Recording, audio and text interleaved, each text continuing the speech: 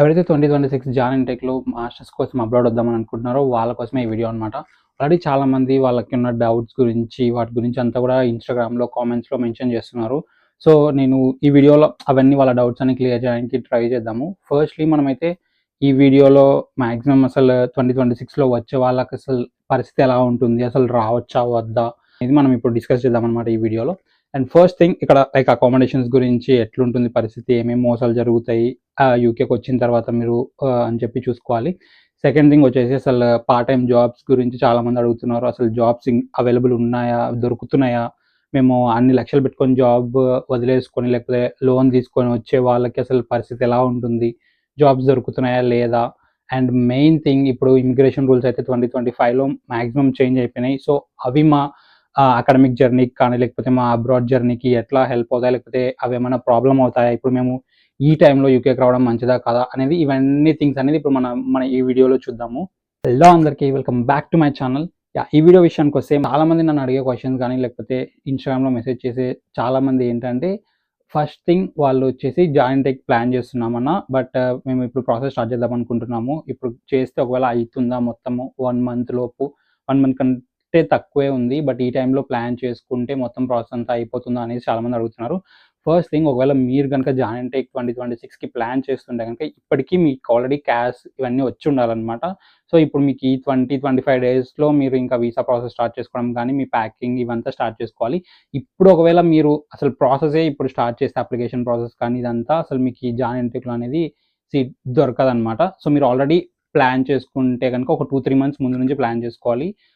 మీరు ఒకవేళ join day కావాలంటే గనుక సెప్టెంబర్ 2025 నుంచే మీరు ప్లాన్ చేస్తూ ఉండిండాలనమాట. అప్పటికి మీ అప్లికేషన్ ప్రాసెస్ అంతా అయిపోయి ఉండిండాలి. ఈ టైంకి మీ చేతిలో క్యాష్ ఉండి మీరు వీసాకి ఇంకా రెడీగా ఉండాలి. వీసా ఇంటర్వ్యూ ఇవన్నీ కూడా అయిపోయేసుకొని ప్యాకింగ్ స్టార్ట్ చేస్తూ ఉండాలనమాట. సెకండ్ థింగ్ ఎవరైతే ఆల్రెడీ ఇంక మొత్తం ప్లాన్ చేసుకొని జాయిన్ ఇంటేక్‌లో రావడానికి రెడీగా ఉన్నారో మొత్తం అన్ని వీసా వచ్చేసి వాళ్ళు ఇంకా మేము జాయిన్ ఇంటేక్‌కి అంతా సెట్ అయిపోయింది.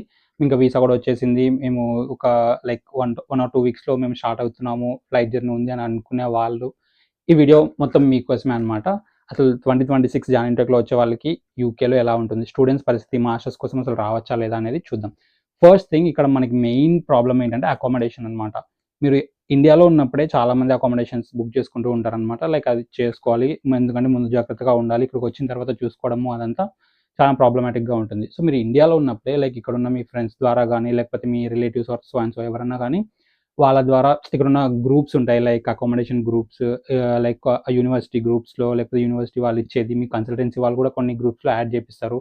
లైక్ రిగార్డింగ్ అకామిడేషన్స్ మీరు ఇక్కడ సెర్చ్ చేసుకుంటా ఉండండి. ఎవరైనా మెసేజ్‌లు అట్లంతా పెడతా ఉంటే మీరు రిప్లైలు ఇచ్చుకుంటా ఉండండి అనేసి చెప్తా ఉంటారనమాట.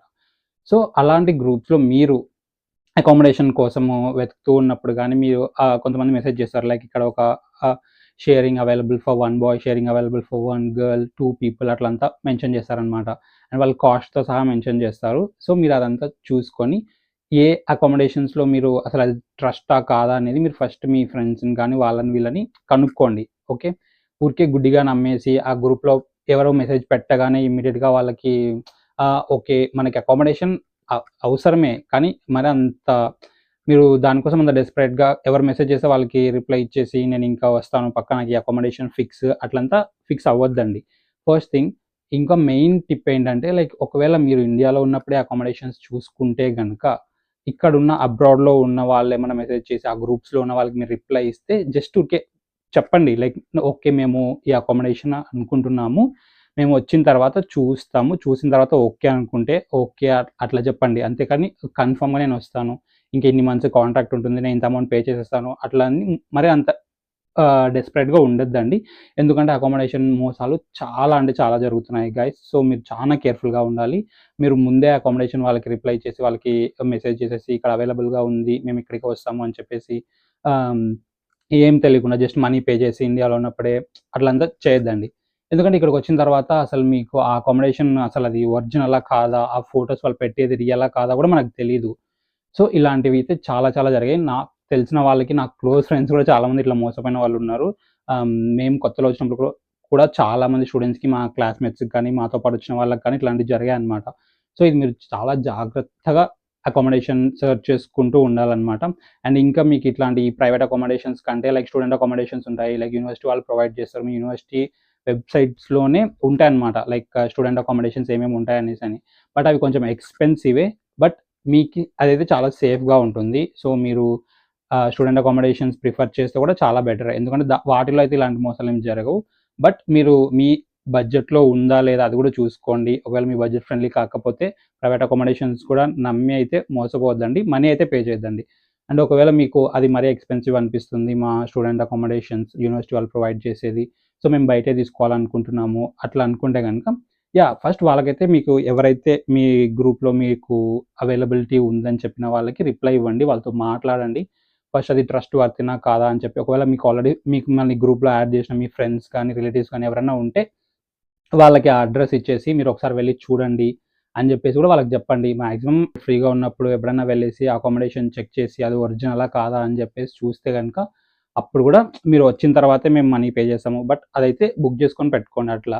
అంతేగాని ఏం చూడకుండా, ఏం చెక్ జేయకుండా జస్ట్ మనీ పే చేసి ఇక్కడికొచ్చిన తర్వాత మోసపోయి అట్లంతా బాధపడొద్దండి. ఎందుకంటే చాలామంది ఇండియాలో ఉన్నప్పుడే చాలామంది మనీ పే చేస్తారు. ఇక్కడికొచ్చిన తర్వాత చూస్తే అకామిడేషన్ ఏమో ఫేక్ ఉంటది. అట్లా చాలామంది మనీ వేస్ట్ చేసుకున్న వాళ్ళున్నారు. అక్కడ ఎవ్వరు తెలియకుండా ఎక్కడికెళ్ళాలో తెలియక, ఏం జేయాలో తెలియక చాలామంది బాధపడి ఏదో దొరికిన అకామిడేషన్స్‌లో ఎక్కడ పడితే అక్కడ ఎక్కువ అమౌంట్‌కి ఇచ్చేసి ఉన్న వాళ్ళు కూడా ఉంటున్నారనమాట. సో, ముందే ఒక ప్లానింగ్ ప్రకారం అకామిడేషన్స్‌ని సెర్చ్ చేసుకొని పెట్టుకోండి. బట్ మనీ అయితే పే చేసి ముందే మోసపోవద్దండి. వచ్చిన తర్వాత అకామిడేషన్ చూసి అదంతా ఓకే అనుకుంటే అప్పుడు మనీ పే చేయండి. అది కూడా మీరు కాంట్రాక్ట్ కూడా ఎన్ని మంత్స్ ఉండాలి మినిమమ్ కాంట్రాక్ట్ ఇవన్నీ కూడా కనుక్కోండి. ఎందుకంటే మీరు ఫస్ట్ వచ్చి చూడగానే ఓకే ఒకవేళ అది జెన్యూన్ అయినా కూడా కాంట్రాక్ట్ మెయిన్ థింగ్ అన్నమాట. మీరు నెక్స్ట్ థింగ్ వచ్చేసి పార్ట్ టైమ్ జాబ్స్ అన్నమాట. చాలామంది పార్ట్ టైమ్ జాబ్ గురించి చాలా ఆలోచనలుంటాయి. వాళ్ళు నాకు చాలామంది మెసేజ్ చేసేదేంటంటే లైక్ అన్న నాకు ఇట్లా ఇండియాలో 2 ఆర్ 3 ఇయర్స్ ఎక్స్‌పీరియన్స్ ఉంది. నేనిప్పుడు మాస్టర్స్ కోసం యూకేకొస్తే గనుక నాకు జాబ్ ఈజీగానే దొరుకుతుందా అనేసి అడుగుతున్నారన్నమాట. అండ్ ఫస్ట్ థింగ్ మీరందరూ గుర్తుపెట్టుకోవాల్సిందేంటంటే, మనకి ఇండియాలో ఎన్ని ఇయర్స్ ఎక్స్‌పీరియన్స్ ఉన్నా కూడా, యూకేలో మీరేదైనా జాబ్‌కి అప్లై చేసేటప్పుడు వాళ్ళైతే మిమ్మల్ని ఇండియాలో ఎన్ని ఇయర్స్ ఎక్స్‌పీరియన్స్ ఉంది అనేది అసలు పట్టించుకోరనమాట. ఎందుకంటే వాళ్ళు మిమ్మల్ని ఫస్ట్ అడిగే క్వెషనే యూకేలో మీకు ఎన్ని మంత్స్ ఎక్స్‌పీరియన్స్ ఆర్ ఎన్ని ఇయర్స్ ఎక్స్‌పీరియన్స్ ఉంది అనేసి అడుగుతారనమాట. అంటే యూకేలో మీరు ఏ జాబ్‌కి ట్రై చేసినా కూడా మీకు ఇండియాలో ఎన్ని ఇయర్స్ ఎక్స్‌పీరియన్స్ ఉన్నా కూడా అది ఇక్కడ పట్టించుకోరు వాళ్ళు. వాళ్ళకి యూకేలో మీకు ఎన్ని ఇయర్స్ ఎక్స్‌పీరియన్స్ ఉందో కావాలి. సో, మీరు ఒకవేళ మీకు ఆల్రెడీ 2, 3 ఇయర్స్ ఎక్స్‌పీరియన్స్ ఉండి, ఇక్కడికొచ్చిన తర్వాత ఈజీగా జాబ్ దొరుకుతుంది అని ఇలాంటి మైండ్ సెట్‌తో ఉంటే గనక, ఇక్కడికొచ్చిన తర్వాత చాలా ఇబ్బంది పడాల్సొస్తుంది. సో, ఈ విషయం కూడా గుర్తుపెట్టుకోండి. మీకు ఇండియాలో ఎన్ని ఇయర్స్ ఎక్స్‌పీరియన్స్ ఉన్నా కూడా, యూకేలో ఎక్స్‌పీరియన్స్ మాత్రమే ఇక్కడికొచ్చిన తర్వాత అడుగుతారు. సో, మీరు రాగానే ఏదో ఒకటి మీ ఫీల్డ్‌లో గాని, మీకు ఎక్స్‌పీరియన్స్ ఉన్న ఫీల్డ్‌లో ఇంటర్న్‌షిప్స్ కానీ, లేకపోతే ఏది దొరికినా కూడా నాకు ఖచ్చితంగా జాబే కావాలనుకోకుండా ఫస్ట్ ఎక్స్‌పీరియన్స్ గెయిన్ చేసుకోవడానికి ట్రై చేయండనమాట. సో, ఎక్స్‌పీరియన్స్ గెయిన్ చేసుకుంటే మీకు నచ్చిన ఫీల్డ్‌లో మీకున్న ఎక్స్‌పీరియన్స్ ఫీల్డ్‌లో మీరు జాబ్స్‌కి అప్లై చేసేటప్పుడు అది మీ ఎక్స్‌పీరియన్స్ హెల్ప్ అయితుంది. ఇక్కడికొచ్చిన తర్వాత మీకు ఎన్ని మంత్స్ ఎక్స్‌పీరియన్స్ ఉంటే అన్ని మంత్స్ మీకి హెల్ప్ అయితుందనమాట జాబ్ సెక్యూర్ చేసుకోవడానికి. అండ్ సెకండ్ థింగ్ ఇంకోటి చాలా మంది అడిగే క్వెషన్ ఏందంటే, "అన్న నాకిట్లా సో అండ్ సో జాబ్ చేస్తున్నాను. మాకింత ప్యాకేజ్ వస్తుంది. ఇప్పుడు నేను ఒకవేళ ఇంత అమౌంట్ లోన్ తీసుకొని యూకేకొస్తే అది వర్తా కాదా?" అని చెప్పి చాలామంది అడుగుతున్నారనమాట. మీరు అంటే ఈ కేటగరీ ఆఫ్ పీపుల్ మీరు గుర్తుపెట్టుకోవాల్సిందేంటంటే, మీకు ఆల్రెడీ ఇండియాలో ఒక మంచి జాబ్ ఉండి, అది వదిలేసుకొని మళ్ళీ లోన్ తీసుకొని ఎక్స్‌ట్రాగా యూకేకొస్తే మాత్రం అది కొంచెం ఆహ్, మంచి డెసిషన్ కాదని నేను చెప్తాను అకార్డింగ్ టు మై నాలెడ్జ్. ఎందుకంటే ఇక్కడికొచ్చిన తర్వాత మీకు మరి అదే రేంజ్ జాబ్ వస్తుందా? లేదా? లేకపోతే అది మీ మాస్టర్స్‌కి ఏ విధంగా హెల్ప్ అవుతుంది అనేది మీరు ఆలోచించుకోవాలనమాట.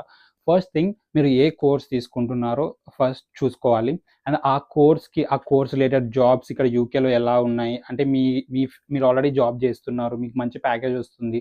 అదంతా వదిలేసుకొని మీరు అంత మంచి ప్యాకేజ్‌ని ఇక్కడికి మళ్ళీ యూకేకొచ్చి మాస్టర్స్ చేసి స్టూడెంట్‌గా ఉండి, మళ్ళీ జాబ్ తెచ్చుకున్న తర్వాత మీకు అంత సాలరీ వచ్చే జాబ్స్ ఇక్కడ ఉన్నాయా? లేదా?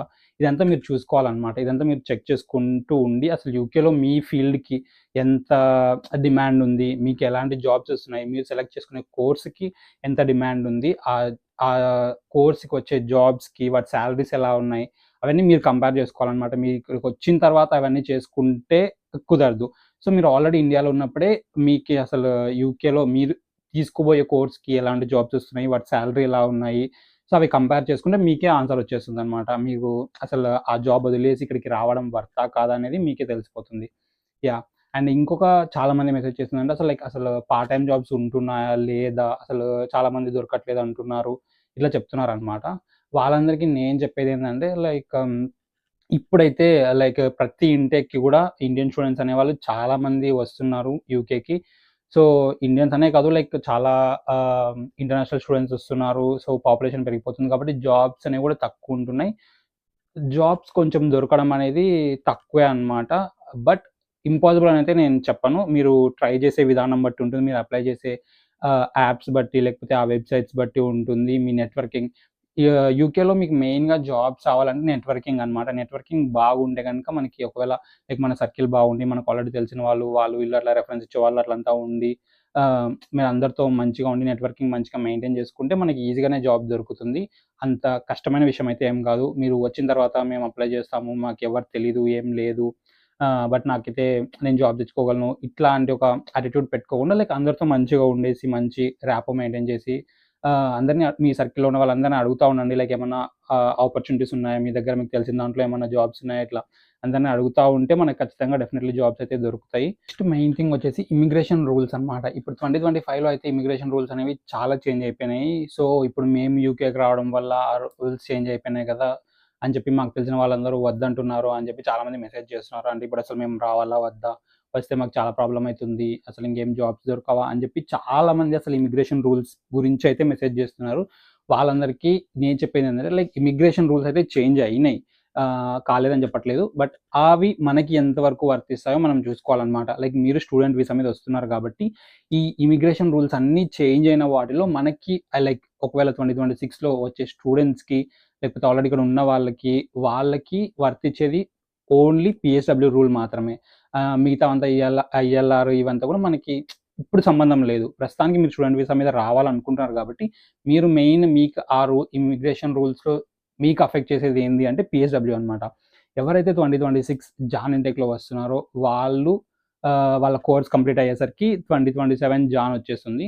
సో, జాన్ 2027 నుంచి కూడా పీఎస్‌డబ్ల్యూ ఎవరైతే అప్లై చేస్తారో వాళ్ళకి ఓన్లీ 18 మంత్స్ మాత్రమే పోస్ట్ స్టడీ వర్క్ వీసా అనేది వస్తుందనమాట. సో, ఎవరైతే జాన్ 2027 అంటే జనవరి 1, 2027 ఆ డేట్ నుంచి పీఎస్‌డబ్ల్యూ అప్లై చేసుకుంటారో వాళ్ళకి ఓన్లీ 18 మంత్స్ మాత్రమే పోస్ట్ స్టడీ వర్క్ వీసా ఉంటుంది. డిసెంబర్ 31, 2026 లోపు ఎవరైతే పీఎస్‌డబ్ల్యూ అప్లై చేసుకుంటారో వాళ్ళకి యాస్ యూజువల్‌గానే 2 ఇయర్స్ పీఎస్‌డబ్ల్యూ అనేది వస్తుందనమాట. సో, గుర్తుపెట్టుకోండి డిసెంబర్ 31, 2026 ఈ డేట్ అప్పటి వరకు ఎవరైతే పీఎస్‌డబ్ల్యూ అప్లై చేసుకుంటారో వాళ్ళకి 2 ఇయర్స్ వస్తుంది.